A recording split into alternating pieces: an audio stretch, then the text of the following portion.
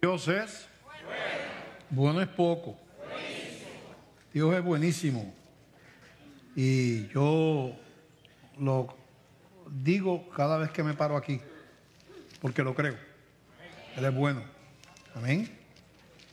Y hoy vamos a hablar de un tema que usted debe de quizás estudiar con detalle y meditar en él después que salga de aquí. Si tiene con qué escribir, pues apunte ideas. En la grandeza del conocimiento de Dios. Ese es el título del tema del mensaje de hoy, la grandeza del conocimiento de Dios. Y vamos a leer en Efesios capítulo 1, verso del 15 en adelante hasta el verso 23. Efesios 1, del 15 al 23, nos ponemos de pie para leer la palabra. Efesios 1, 15 al 23. Escribe el apóstol Pablo aquí esta carta. Dice: por esta causa también yo, habiendo oído de vuestra fe en el Señor Jesús y de vuestro amor para con todos los santos. Eso que dice los santos son los hermanos, la iglesia.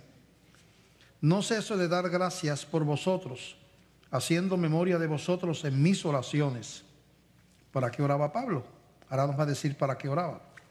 Para que el Dios de nuestro Señor Jesucristo, el Padre de gloria, os dé espíritu de sabiduría y de revelación en el conocimiento de Él, alumbrando los ojos de vuestro entendimiento, para que sepáis cuál es la esperanza a que Él os ha llamado y cuáles las riquezas de la gloria de su herencia en los santos, y cuál la supereminente grandeza de su poder para con nosotros los que creemos, según la operación del poder de su fuerza, la cual operó en Cristo, resucitándole de los muertos y sentándole a su diestra en los lugares celestiales, sobre todo principado y autoridad y poder y señorío, y sobre todo nombre que se nombra, no solo en este siglo, sino también en el venidero. Y sometió todas las cosas bajo sus pies, y lo dio por cabeza sobre todas las cosas a la iglesia, la cual es su cuerpo, la plenitud de aquel que todo lo llena en todo. Padre, te damos gracias por esta palabra. Ayúdanos, alumbra nuestro entendimiento, Padre. Ayúdame a exponerla conforme a tu voluntad. Y abre el corazón del que escucha, Señor. Nos ponemos en tus manos en el nombre de Jesús. Amén.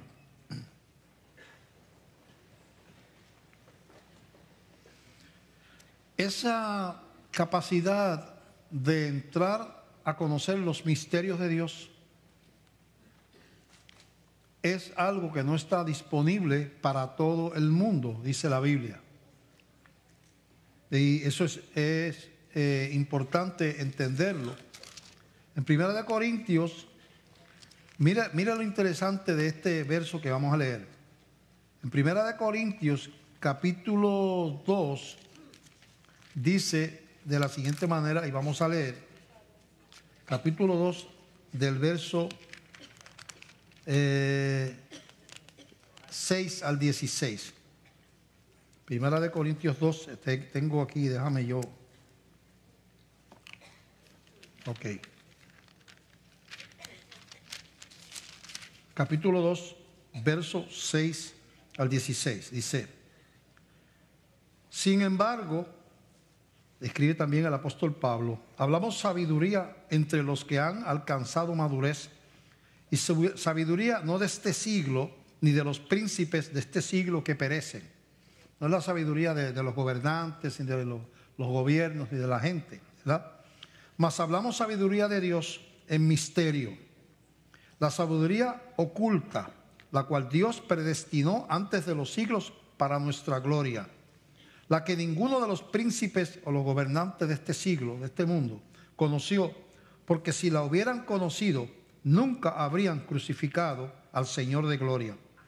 Antes bien, como está escrito, cosas que ojo no vio, ni oído oyó, ni han subido en corazón de hombre, son las que Dios ha preparado para los que le aman. Pero Dios nos las reveló a nosotros por el Espíritu, porque el Espíritu todo lo escudriña, aún lo profundo de Dios. Porque ¿quién de los hombres sabe las cosas del hombre, sino el Espíritu del hombre que está en él? Así tampoco nadie conoció las cosas de Dios, sino el Espíritu de Dios. Y nosotros no hemos recibido el espíritu del mundo, sino el Espíritu que proviene de Dios, para que sepamos lo que Dios nos ha concedido. Estás notando que ahí está espíritu en mayúscula, porque está hablando del Espíritu Santo, ¿verdad? El Espíritu que nos ha dado a los cristianos. Lo cual también hablamos, no con palabras enseñadas por sabiduría humana, sino las que enseña el Espíritu, acomodando lo espiritual a lo espiritual. Pero el hombre natural, el hombre que no tiene esa iluminación, el hombre que no es convertido, el que no tiene al Espíritu Santo, el hombre natural no percibe las cosas que son del Espíritu de Dios, porque para él, para esa persona, son locura y no las puede entender porque se han de discernir espiritualmente. Aquí dice ahí que puede tener 27 doctorados y si el Espíritu Santo no lo ilumina, lo que está queriendo decir aquí, no va a entender las cosas del Evangelio. Está cerrado solamente a los que es como es un misterio, quiere decir es algo oculto, algo que no es por razonamiento ni lógica humana, es por revelación, tiene que venir de arriba, es lo que está diciendo de ahí. Y el hombre natural, el que no ha sido, no ha recibido esa experiencia, no ha entregado su vida a Cristo, no tiene al Espíritu Santo, no puede entender, no percibe y no las puede entender. No es que no quiera, es que no las puede entender, porque para él que son locura, y no las puede entender porque se ha de discernir, descifrar, ¿verdad? Entender espiritualmente. En cambio, el espiritual juzga todas las cosas, pero él no es juzgado de nadie. Porque ¿quién conoció la mente del Señor? ¿Quién le instruirá? Mas nosotros tenemos la mente de Cristo. Al decir que tenemos la mente de Cristo, es que tenemos al Espíritu Santo. Y el que tiene al Espíritu Santo tiene la mente de Cristo, porque el Espíritu de Cristo está en él.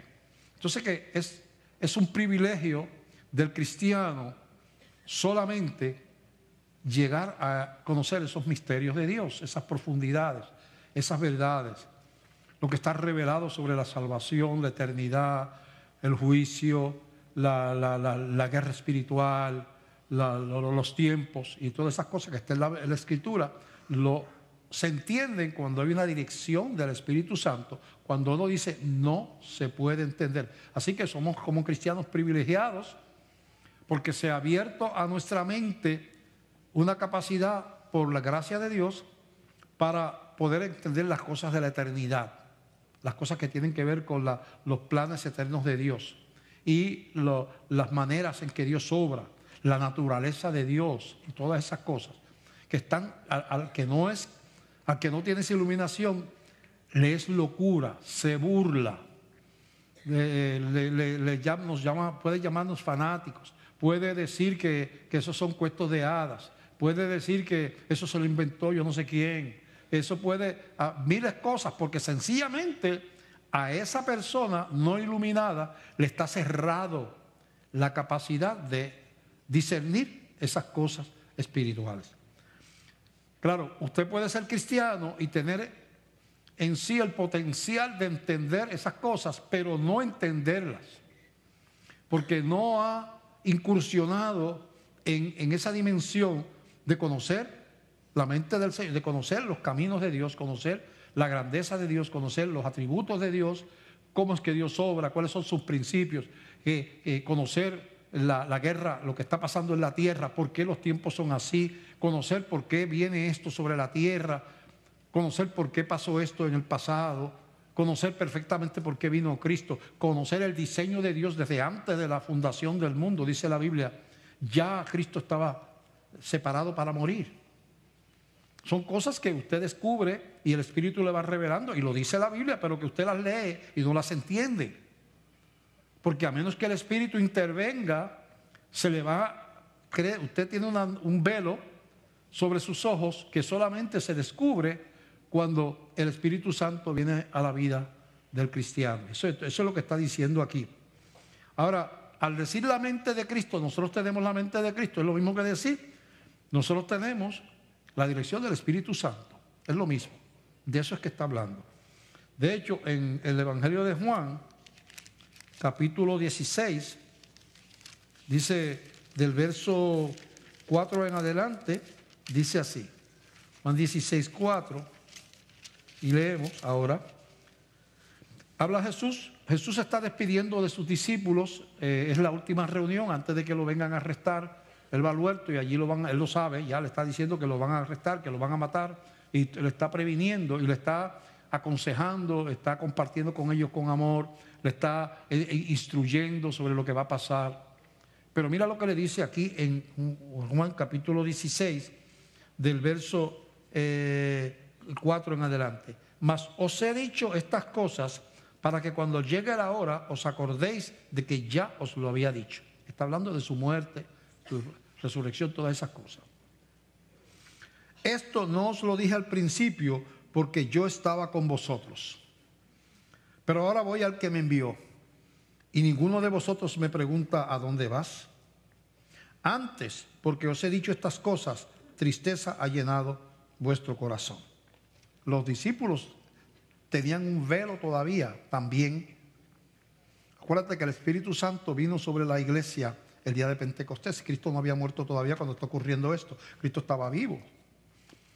Y ellos no entienden el proceso, no se alegran diciendo, por ejemplo, el sueño de Israel, lo que anunciaron los profetas durante siglos, de que iba a venir alguien a pagar para el rescate, la salvación de la humanidad, se está cumpliendo. Estamos tristes por la separación de Cristo porque lo amamos, por el sufrimiento, pero estamos contentos porque ha llegado el momento de la redención de Israel y del mundo a través de Jesucristo. Pero ellos no estaban en él, dice Jesús. Ustedes solamente están tristes. Su revelación llega hasta un sentimiento de cariño hacia mí. Pero he estado con ustedes 3 años y no entienden todavía que es necesario que yo pase por esto. Es que el conocer los caminos de Dios nos hace entender que los caminos de Dios y lo que Dios permite a veces no es agradable. Por ejemplo, la Biblia profetiza un mundo en caos, un colapso de la economía mundial, unos terribles cataclismos y una tierra en caos donde la naturaleza se destruye y la vida se muere en los mares y ocurren un montón de cosas que están descritas en la Biblia que van a pasar antes del regreso del Señor. Persecución y sufrimiento para la iglesia están escritos en la Biblia. La carne de uno no quiere eso. A nosotros no nos gusta nada que tenga que ver con prueba. Pero cuando yo tengo que conocer el corazón de Dios, porque los discípulos no querían que Jesús fuera a la cruz y que trataron de convencerlo para que no fuera a la cruz. Pero ¿y si Jesucristo no llegara a la cruz? ¿Dónde no existía la iglesia? Todos íbamos de cabeza para el infierno, incluyéndolos a ellos, a los discípulos. Aquella muerte era necesaria, era el único camino de salvación que había, el que Él pagara nuestros pecados en aquella cruz. Pero eso hay que entenderlo, porque entonces uno ve a la cruz el lado del sufrimiento y no ve el lado de la redención que está detrás del Calvario. Detrás de la cruz había una redención. Detrás de lo que viene de la tribulación está el regreso de Jesucristo, el levantamiento de la iglesia, la eternidad con Cristo. O sea, hay una gloria venidera para los cristianos, aún los que van a estar en el tiempo de las pruebas, esas finales. Entonces hay que, para conocer la mente de Cristo, yo tengo que trasladarme un poquito más allá de mi beneficio inmediato. Sus caminos son más altos que nuestros caminos, dice la Biblia. Vamos a seguir leyendo. Dice, no lo dije al principio porque yo estaba con vosotros. 4. Pero ahora voy al que me envió y ninguno de vosotros me pregunta ¿a dónde vas? Antes, porque si os he dicho estas cosas, tristeza ha llenado vuestro corazón. Pero yo os digo la verdad, os conviene que yo me vaya. Porque si no me fuera, el Consolador, que es el Espíritu Santo, no vendría a vosotros, mas si me fuere, os lo enviaré. Y cuando Él venga, el Espíritu Santo convencerá al mundo de pecado, de justicia y de juicio. Por eso decimos que si el Espíritu no convence a la persona, el hombre natural no va a convertirse. Si el Espíritu Santo no le cambia el corazón y no se revela a Dios al corazón, la mente natural por deducción y por inteligencia no va a conocer al Señor nadie. Es lo que está diciendo, ¿verdad? Ese es el Espíritu Santo. De pecado, por cuanto no creen en mí. De justicia, por cuanto voy al Padre y no beberéis más. Y de juicio, por cuanto el príncipe de este mundo, o sea, Satanás, ya ha sido juzgado. Aún tengo muchas cosas que deciros, pero ahora no las podréis sobrellevar. Pero cuando venga el Espíritu de verdad, Él os guiará a toda la verdad, porque no hablará por su propia cuenta, sino que hablará todo lo que oyere y os hará saber las cosas que habrán de venir. Él me glorificará, porque tomará de lo mío y os lo hará saber. Todo lo que tiene el Padre es mío, por eso dije que tomará de lo mío y os lo hará saber. Así que está hablando de la conveniencia de la tristeza. Ellos ven la tristeza, mira cómo los humanos ven la tristeza de la separación. Jesús le dice, pero es que a ustedes les conviene que yo muera, les conviene que yo haga esto, porque si yo no muero, no hay Espíritu Santo para ustedes, no hay salvación, no hay conocimiento, no hay iluminación, no hay nada. Siguen siendo perdidos y separados de Dios, sin conocimiento, sin entendimiento. Pero cuando yo me vaya, el Espíritu va a venir y les va a revelar las cosas ocultas, los misterios que no están disponibles para los que no reciben a Cristo. Y entonces esa grandeza de ese conocimiento es importante, ¿verdad? Eso es importante. En Romanos, el apóstol Pablo, en el capítulo 1 de Romanos, habla de cómo la raza humana se mantiene en oscuridad. Dice Romanos 1 del 18 en adelante, porque la ira de Dios se revela desde el cielo contra toda impiedad e injusticia de los hombres que detienen con injusticia la verdad. Porque lo que de Dios se conoce les es manifiesto, pues Dios se lo manifestó. Pues las cosas invisibles de Él, su eterno poder y deidad, se hacen claramente visibles desde la creación del mundo, siendo entendidas por medio de las cosas hechas, de modo que no tienen excusa.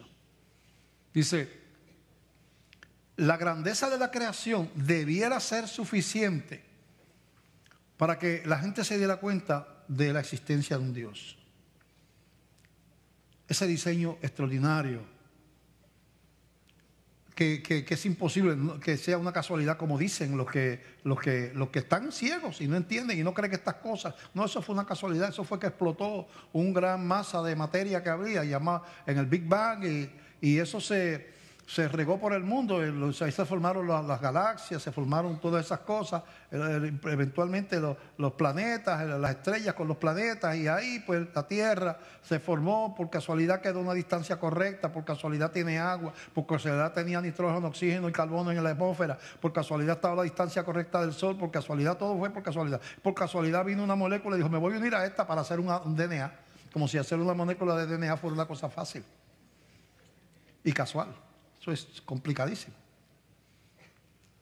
Pero eso es lo que dicen los científicos. Porque esto les locura a ellos. La creación de inteligente, para ellos les locura. Ellos creen la creación casual. La inteligente no la creen. Por un Dios. Ellos creen la casual. Y tú le preguntas, oye, y ven acá, ¿y esa materia de dónde salió? ¿Qué había?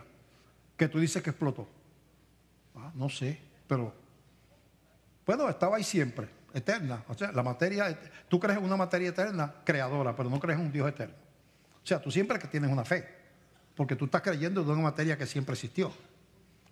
Lo único que la fe tuya es en una materia, la mía es en el Dios vivo.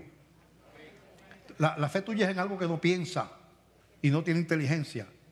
La mía es un Dios creador y todopoderoso.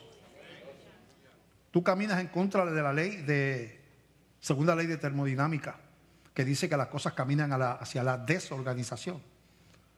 Y tú me estás diciendo que por casualidad las cosas caminaron hacia la organización, lo cual contradice las leyes de física. Pero lo sigues diciendo porque estás ciego. Y sigues pensando que aquí lo que vemos es un chorro de locos reunidos. ¿Por qué? Porque para esa persona que no tiene la iluminación del Espíritu Santo, la fe es una locura. La misma existencia de un Dios es una locura. El pensar que un Dios puede perdonar pecados y salvar a una raza humana y llevarlos a una gloria. Primero, que tampoco creen en una gloria. Segundo, no creen en la permanencia del Espíritu. Tú eres lo mismo que un perro. Tú eres lo mismo que una cucaracha. Tú te mueres y ya.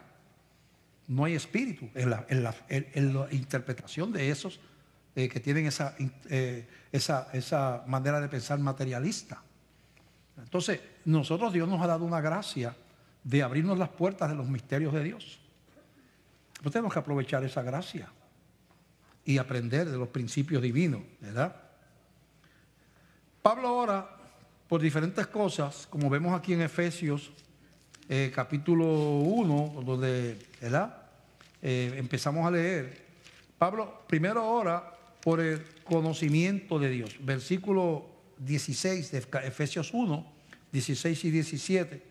No ceso de dar gracias por vosotros, haciendo memoria de vosotros en mis oraciones, para que el Dios de nuestro Señor Jesucristo, el Padre de gloria, os dé espíritu de sabiduría y de revelación en el conocimiento de Él. Lo primero que Pablo ora es porque el Señor nos dé revelación y conocimiento de Él, conocimiento de Dios.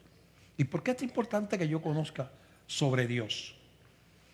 Es esencial que yo conozca sobre Dios. Porque la fe sin revelación es una fe fundada en emociones. Porque yo vengo a la iglesia y siento que me separan los pelos o en necesidad, porque yo necesito que alguien me provea algo, y para un Dios que a lo mejor me da cosas y me sana, o me da trabajo, me da dinero, lo que sea. O sea, ¿qué está fundada realmente mi fe? ¿Es realmente fe? En el sentido perfecto de la palabra es fe. Yo tengo que conocer a Dios. Por ejemplo, yo tengo que saber que Dios es eterno, que siempre ha estado ahí, siempre estará. No tiene principio y no tiene final. Segundo, tengo que conocer que está al control de todas las cosas, está sobre toda autoridad, sobre poder y sobre todo señorío. Yo tengo que entender que Dios es el Dios creador y que Dios es el Dios que tiene toda autoridad. Que Él tiene autoridad y determina quién está con Él y quién no está con Él, porque Él es el Señor.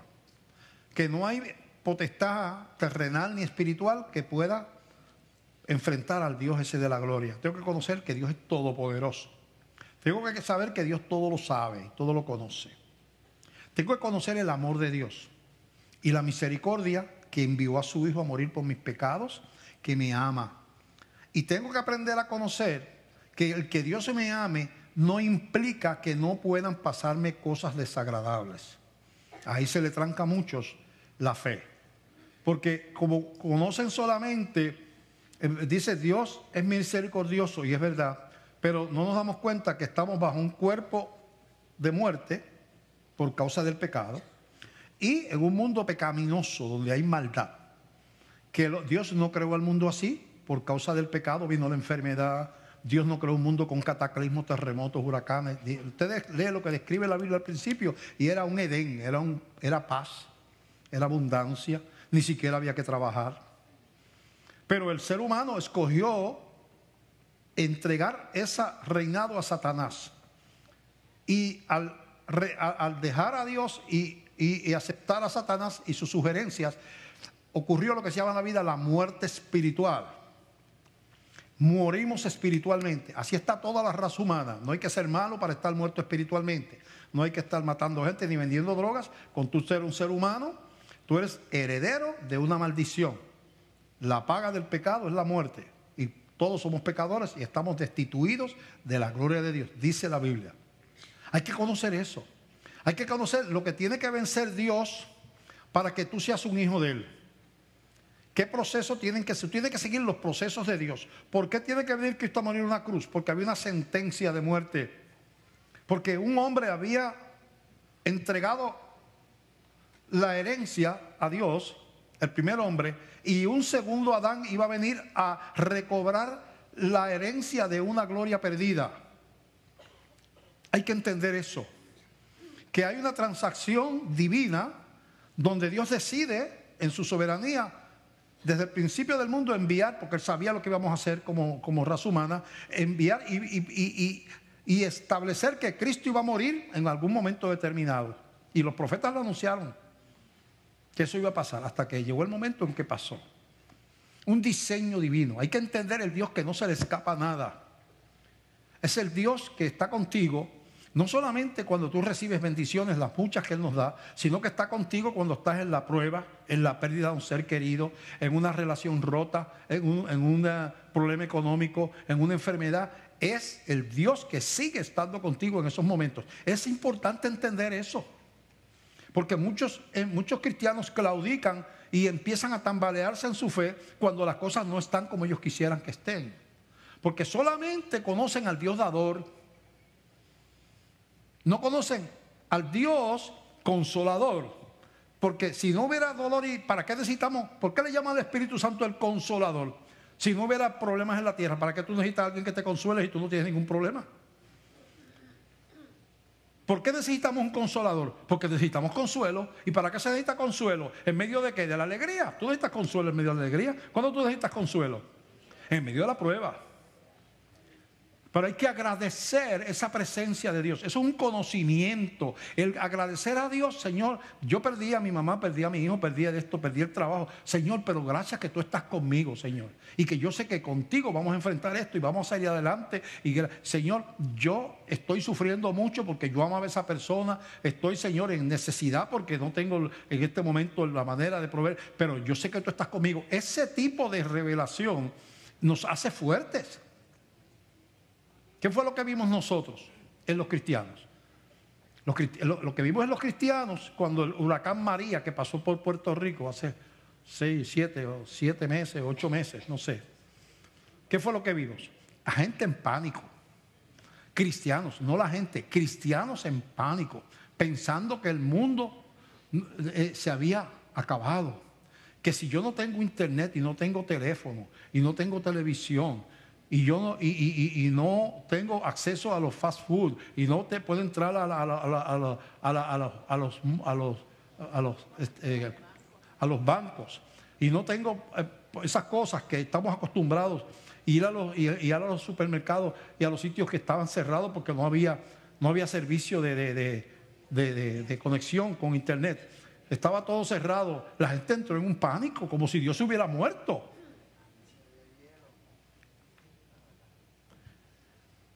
Entonces, hay gente cristiana que vive bajo el huracán María 365 al año, días al año. En ciertos países, 362 años, por últimos 50 o 60 años. Pregúntale a los cristianos que viven en la China, pregúntale a los cristianos que viven en África, pregúntale a los cristianos que viven en la India. Ellos viven ahí. Y ellos viven en peligro de que los maten. Por lo menos a ti nadie te fue a tu casa para arrestarte y matarte y meterte preso. Pero ellos viven y les queman las iglesias y los matan. Aquí tuvimos una conferencia misionera y escuchamos hablar de lo que está pasando en Vietnam. Vino un misionero aquí el sábado pasado, vietnamita, y nos habló de lo que está pasando. Y cómo esos cristianos pueden seguir siendo fieles allí, como pueden siendo, y la iglesia creciendo y metiéndolos presos y quemándole las iglesias. Allí nos mostró fotos. ¿Cuántos estuvieron aquí el sábado? No fueron muchos, pero estuvieron algunos. Vimos fotos de las iglesias quemadas y los cristianos torturados y golpeados. Pero ellos han llegado a un conocimiento de Dios que va más allá de lo que le puede hacer el hombre. Y eso es ser uno fuerte.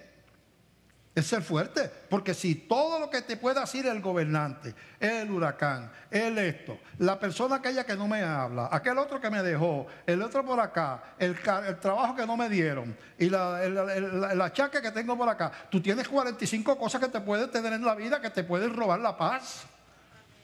Porque tú estás poniendo la esperanza en que la paz tuya está como en las cosas que tú tienes. Estás poniendo tu fortaleza donde todos los días está tambaleándose. Porque así es este mundo. Pero tenemos un conocimiento de Dios, su naturaleza. Él es eterno, Él es fiel, está sobre toda la creación. No hay demonio que lo pueda luchar en contra de Él. Nadie puede tener. Conocer lo que tú eres, bien importante. Yo soy su hijo, Dios me ama, Cristo murió por mí. Yo tengo un lugar en el cielo, yo tengo un lugar en la gloria. Lo que yo tengo no me lo puede robar nadie. Ese tipo de cosas son bien importantes. Esos son bien importantes, ¿verdad? Bien importante. Cristo oraba porque tuviéramos conocimiento, Pablo oraba conocimiento de Jesús. No podemos conocer a Dios en nuestros sentimientos, emociones. Tenemos que conocerle de una manera íntima por lo que revela la Biblia sobre lo que Él es y lo que somos nosotros. Si es sobre los sentimientos, ¿qué hizo mucha gente? Agarró las maletas y se fue. Muchos de ellos porque no podían estar sin internet, no podían estar, y algunos se fueron para virar después, porque no querían vivir una semanita sin esas cosas, ¿verdad? Porque eso es el poder del mundo. ¿Hasta dónde llega el poder del mundo sobre nosotros? ¿Hasta dónde llega el poder del mundo? Y si viene un gobierno anticristiano que dice, los cristianos no pueden tener ni televisión, ni internet, ni nada de esas cosas, ¿qué tú vas a hacer? ¿Te vas a ir a servir al diablo? Porque tú no puedes vivir sin eso. Si colapsa la nación americana, ¿cómo va a colapsar? Según está profetizado, todas las naciones del mundo. Ok, ¿dónde yo voy a buscar mi esperanza? Y los textos, y los chavos, y el dinero. ¿Dónde? ¿Qué va a pasar? Mi esperanza estaba en... Y desaparece eso. Ya no puedo depender de eso. Ok, ¿dónde está? Se me murió ese era mi Dios. O sea, si no hay dólar y no hay prosperidad y no hay de esas cosas, Dios se murió. Y los cristianos que están viviendo en lugares que no hay eso, ¿por qué no se le ha muerto el Dios de ellos? Entonces, tenemos que caminar hacia un conocimiento profundo, una fe que no esté fundada en los premios de Dios, una fe que esté fundada en el conocimiento de Él. El conocimiento de Él. Tenemos que tener conocer, una de las cosas que tenemos que conocer es que somos de Él y nadie puede cambiar eso. En Juan capítulo 10, del verso 27 en adelante, dice la Escritura, hablando Jesús. Escucha estas palabras, qué linda. Juan 10, 27 al 29. Dice Jesús, mis ovejas oyen mi voz, y yo las conozco y me siguen. Mi Padre que me las dio, acuérdate que Jesús dijo, nadie puede venir a mí si el Padre no le trajere. Es que el Padre, cada cristiano aquí que sintió convicción de que tenía que recibir a Cristo y entregarle los pecados, vivió una experiencia milagrosa. Acabamos de oír ahorita que el hombre natural no percibe las cosas que son del Espíritu. Si tú las percibiste, que tú no eras un hombre natural, tú eras un elegido de Dios, ¿verdad? Mis ovejas oyen mi voz y yo las conozco y me siguen. Y yo les doy vida eterna y no perecerán jamás, ni nadie las arrebatará de mi mano. Mi Padre que me las dio es mayor que todos y nadie las puede arrebatar de la mano de mi Padre. Yo y el Padre uno somos. Tú tienes que empezar a sentirte seguro en las manos de Dios. Jesús está diciendo, si tú eres mi oveja o mi oveja, yo te tengo en la mano. Ahora yo pongo este ejemplo, lo puse en el primer culto. Imagínate el campeón de levantamiento de pesas del mundo, que tome una moneda o algo y lo coge en la mano así, lo apriete con toda la fuerza esa de la mano de hierro y vengas tú a quitarle la moneda y abrirle la mano para sacar la moneda de ahí. ¿Vas a poder hacerlo? Él es el campeón de levantamiento de pesas del mundo. Lo que tiene por moneda es un alicate de presión por mano. Ahora, el que te tiene a ti en las manos, está diciendo ahí, es Jesucristo. ¿Podrá alguien arrebatarme de la mano de Jesús? No, Jesús y dice también, y está en la mano de mi Padre. O sea que Jesús te tiene así y el Padre encima de la mano de Jesús hizo así. Porque menciona a los dos. Están en mi mano y en la mano de mi Padre, dice después. Quiere decir que esas dos manos están así, tú estás metido allá adentro y Jesús está diciendo, esto es mío, yo morí por esta persona en la cruz del Calvario, yo no me equivoco, yo no cometo errores. Cuando yo lo llamé es porque es mi hijo, porque está elegido desde antes de la fundación del mundo y no hay quien me lo quite, es mío, es mío.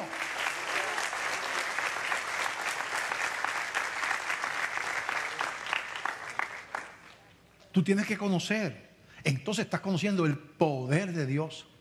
El poder que no solo de la sangre que te perdonó, de Jesucristo que da vida eterna y dice y no perecerán jamás, sino tú estás conociendo el poder de Dios para preservarte, para guardarte como propiedad comprada con precio de sangre. Entonces, hay que tener ese conocimiento, porque el cristiano, parte del gozo es en esa seguridad de que por encima de los vaivenes emocionales de nosotros los imperfectos seres humanos, está la fidelidad y la perfección de Dios guardando ese depósito. Porque nosotros oímos su voz y le seguimos. No somos perfectos, nos equivocamos, pero no somos de los que no oyen su voz.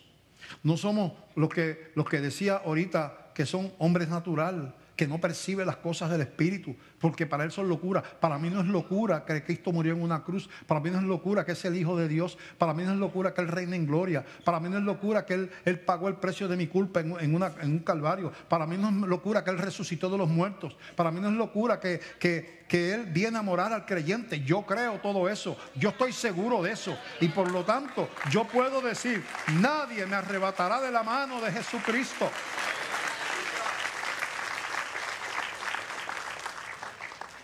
Pero hay que conocer, hay que ir un poquito más íntimo. También habla no solamente del conocimiento de Él, sino también el versículo 1:18, que sepamos cuál es la esperanza a que Él nos ha llamado. El versículo 1:18 de Efesios, alumbrando los ojos de vuestro entendimiento, para que sepáis cuál es la esperanza a que Él os ha llamado y cuáles son las riquezas de la gloria de su herencia en los santos, y cuál la supereminente grandeza de su poder para con nosotros los que creemos según la operación del poder de su fuerza. ¿Cuál es la herencia? Alumbrando el entendimiento, la esperanza que Él nos ha llamado. ¿Cuáles las riquezas de su gloria? Yo tengo que saber lo que es este mundo y yo tengo que tener una clara idea de lo que es el mundo con Cristo, el mundo venidero, o estar en la presencia de Dios. Yo tengo que saber que para el cristiano esto es el valle de sombra de muerte, es lo que hay que pasar. Es el peregrinar que tenemos antes de llegar a casa. Jesús dijo: en la casa de mi Padre muchas moradas hay. Si así no fuera, yo se lo hubiera dicho. Voy pues a preparar lugar para ustedes, y cuando me vaya y les prepare el lugar, vendré otra vez y los tomaré a mí mismo, para que donde yo estoy, ustedes también estén. Yo voy a preparar una morada celestial para ustedes. Los cristianos tenemos una morada celestial. Usted no está allí todavía. Estamos en la morada terrenal, este tabernáculo de este cuerpo, ¿verdad? Este cuerpo de muerte, como le llama el apóstol. Pero tenemos una morada celestial. Esa casa tiene nombre. Tu nombre está allí. Dice que nos salvamos y Él nos da un nombre nuevo. Tenemos una herencia en los cielos. Nuestra morada no es aquí. Eso es una revelación bien importante. Mucha gente quiere hacer la gloria aquí. No se ven como pasajeros que tienen que administrar una vida para la gloria de Dios, que Dios les da no solamente la salvación, sino les da la encomienda de ser testigos, de ser instrumentos de Él en la tierra. Entonces, Dios nos recluta como parte de su ejército cuando nos convertimos, pero que tenemos separado un lugar. Y que aquí peregrinamos, testificamos, vivimos terrenalmente, criamos familia y esas cosas, pero este no es nuestro hogar.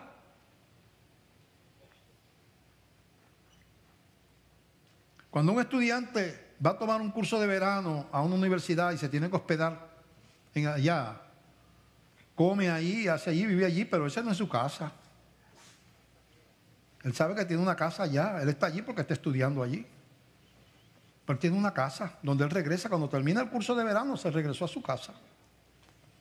Pues nosotros estamos aquí, pero no es este nuestro mundo final. Esto es un paso de los años que sean, algunos poquitos años, 10, se mueren jovencitos, 40, 50, 30, o 60, 80, 90, 100, y algunos hasta más. Pero él sigue siendo un paso por la historia. Pero la capacidad de conocer a Dios implica la capacidad de trasladarse a lo que permanece. Regocijarme en mi herencia. Mi herencia. Todavía no la he recibido, aquella herencia de allá. Tengo la herencia ahora de la posición que tengo en Cristo y del que está conmigo y todas esas cosas. Pero la gloria, donde no hay muerte, dolor, ni enfermedad, ni esas cosas, no la tengo todavía, pero es mía. ¿Por qué? Porque el dueño de aquello y el que lo prometió es mi papá. Y el que me abrió el camino es el Rey de Reyes y Señor de Señores, llamado Jesucristo. Y Él dice: mira, te llevo aquí en la mano, porque eres mi oveja, y no te va a arrebatar nadie, no hay diablo que te saque de ahí. Y yo tengo que tener esa revelación, porque el cristianismo debe estar lleno de revelaciones. Debe estar lleno de revelaciones que nos lleven a conocer las profundidades de Dios. Efesios 1, del 3 al 8, dice, escucha esto. Efesios 1:3. Bendito sea el Dios y Padre de nuestro Señor Jesucristo, que nos bendijo con toda bendición espiritual en los lugares celestiales en Cristo. O sea que nosotros fuimos bendecidos en los lugares celestiales.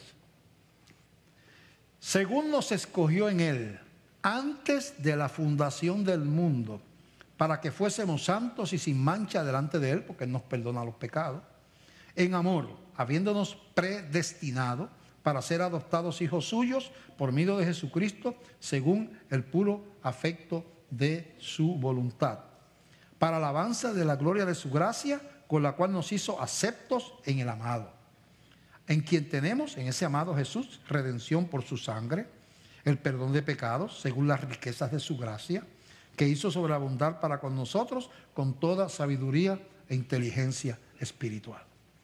Así que Dios, que no tiene problemas de tiempo y que sabe todo desde antemano, Dios me conoció a mí antes de existir la raza humana. Eso es lo que está diciendo ahí. Él sabía, conocía a todos los seres humanos que van a ser creados, y de ahí Él escogió un pueblo para gloria de su nombre. Antes de la fundación del mundo, según nos escogió, y antes de la fundación del mundo, Él sabía lo que iba a hacer el ser humano por tener en aquel momento libre albedrío, que después, por la muerte espiritual, pues ya no se puede relacionar con Dios sin la ayuda del Espíritu Santo, lo que explicamos antes. Pero Él sabía que el ser humano iba a traicionarlo, Él sabía todo lo que iba a pasar, y Él escogió por su soberanía poner su vida en expiación por nuestros pecados, antes de la fundación del mundo. Pues yo tengo que saber eso, porque yo puedo pensar que Dios improvisó. Él mandó a Cristo y vino unos sinvergüenza y lo mataron. Y Él lo mataron y fue un abuso. Pues no, Él vino para que lo mataran, para pagar un precio que había que pagar. Si eran unos sinvergüenza, sí, eso es verdad, también lo eran. Pero hay que entender todas esas dimensiones. Yo he hecho aquí muchas veces el dibujo en el aire de sentarnos en lugares celestiales con Cristo. Salirnos de la creación, porque dice la Biblia que estamos sentados con Él en lugares celestiales. En Efesios. Así que Él dice que tenemos la mente de Cristo. ¿Cómo yo tengo la mente de Cristo? ¿Cómo yo veo las cosas como Cristo las ve? La mente de Cristo. Si yo tengo la mente de Jimmy, que sí que yo sé lo que Jimmy piensa, porque yo tengo la mente de él. Entonces, ¿cómo? ¿Qué es lo que estamos hablando? Yo he puesto en el aire aquí, imagínense un tubo de cristal que representa la creación, el principio de las cosas. Dios alguna vez estuvo solo porque todo lo demás es creado menos Él. Pero empezó a crear primero ángeles y cosas. Después llegó la creación de los seres humanos, ¿verdad? Y toda la creación está dentro de ese tubo de cristal. Ahí, los que estamos ahí adentro, como estamos nosotros en ese tubo de la creación, imaginariamente, estamos limitados, tenemos 3 prisiones. Estamos en un espacio limitado. Estamos aquí, no estamos en otro país, estamos aquí en este momento, no estamos en la calle de allá abajo, estamos aquí. Siempre vamos a tener limitaciones de espacio. Y además en el universo estamos en un planeta en específico. Una limitación de espacio. No estoy aquí, no estoy en otro lado. No puedo estar en 2 lugares al mismo tiempo. Eso es una limitación. Tenemos una limitación de tiempo. Que Dios no tiene la de espacio tampoco, no tiene la de tiempo. El tiempo es una prisión. Estamos aquí el 27 de mayo del 2018 y tengo la 1 menos 12 minutos, ya la 1 menos 13 ya pasó. Nunca en la historia puede ocurrir la 1 menos 13 minutos del 2018 porque se nos escapó.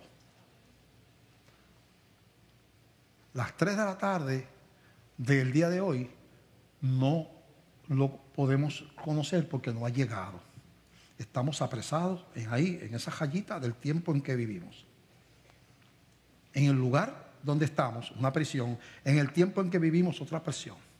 Estamos apresados en el espacio, en el tiempo y en este cuerpo, que la Biblia le llama cuerpo de muerte, donde nuestro espíritu viene a morar para poderse funcionar en un mundo material. Tenemos un cuerpo que se conecta con lo material, que es una prisión. Una prisión que hay una libertad gloriosa para los hijos de Dios cuando no esté este cuerpo estorbando. Habla la Biblia de esa libertad, habla del cuerpo glorificado, habla de otras cosas, donde el cuerpo no habrá las tentaciones, las necesidades, los dolores, las enfermedades, porque el cuerpo entonces es otra prisión más. Espacio, tiempo y cuerpo. Después que nos imaginamos ahí, van ocurriendo civilizaciones, ¿verdad? Y podemos ver allá la primera raza humana, después el principio del pueblo hebreo con Abraham, los hijos de Abraham, los profetas, y lo otro. Seguimos mirando el tubo así, ¿verdad? Porque si nos vamos afuera, estamos mirándolo como por la ayuda de la Escritura como Dios lo ve. Dios no tiene ni problema de espacio, ni de tiempo, ni de limitación de cuerpo. Él puede mirar al mismo tiempo toda la historia que no ha acontecido y la conoce. Y puede mirar todo lo que aconteció y la conoce perfectamente porque Él es Dios que está sobre toda la creación. Puede mirar. Cuando tú te sales espiritualmente y te sientas en lugares celestiales con la mente de Cristo, tú puedes ver todo lo que, toda la creación. Allá se rebeló Satanás contra Dios. Dios lo expulsó con los ángeles, que son los demonios. Acá ocurre la creación del ser humano, la tierra, esto y lo otro, la caída, se revela. Todo tú lo estás mirando con Dios.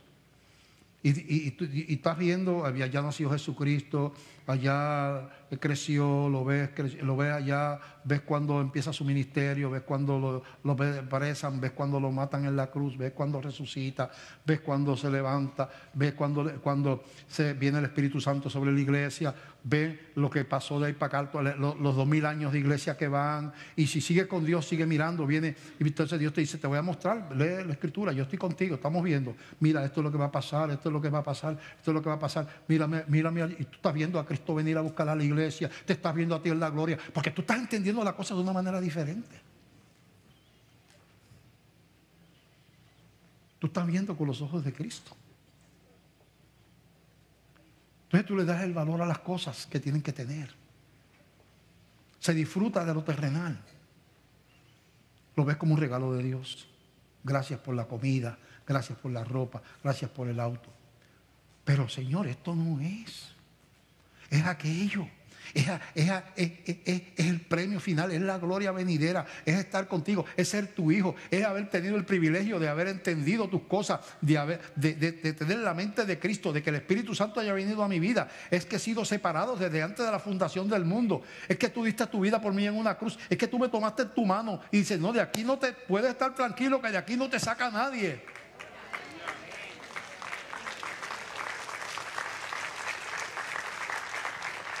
Cristianismo con revelación, con entendimiento. Y cuando vienen los golpes de la vida, dice: pues así es el mundo. Mientras estamos aquí, van a pasar cosas. Y gente nos va a traicionar, y nos van a defraudar, y gobiernos nos van a fallar, y el cuerpo se va a doler, y vamos a ver que se nos va poniendo el cuerpo más viejo cada día. Yo jugaba baloncesto cuando muchacho, cuando joven. Después todavía jugaba como hasta los 50 años ahí con los muchachos. Pero un día se le partió un tobillo a uno. Y yo me puse a pensar, yo dije: este muchacho en 2 o 3 meses está corriendo por ahí.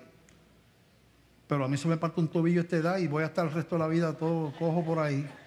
Pues hay que dejar de jugar baloncesto. Porque este es el cuerpo, esta es la realidad. Pero yo me pongo a mirar el desgaste y empiezo en tribulación, porque yo era más lindo antes y más jovencito, y hacía cosas y brincaba y jugaba baloncesto todo el día, estaba jugando por la mañana hasta por la tarde, me encantaba y me gustaba cazar y pescar y hacía un montón de cosas que ahora ya no puedo hacer, y seguí por ahí, bueno, sigo por ahí, ¿verdad? O yo, como tengo la revelación de Cristo, viro la mente y miro y digo: ¿quién soy yo realmente? El viejo de 80 años que ya se le quedó la energía atrás y un montón de cosas. O yo soy uno que se está acercando a la gloria de Dios y pronto veré su rostro. Estoy acabando la carrera. Cuando Dios diga, no es que tengo ningún empeño en morirme tampoco.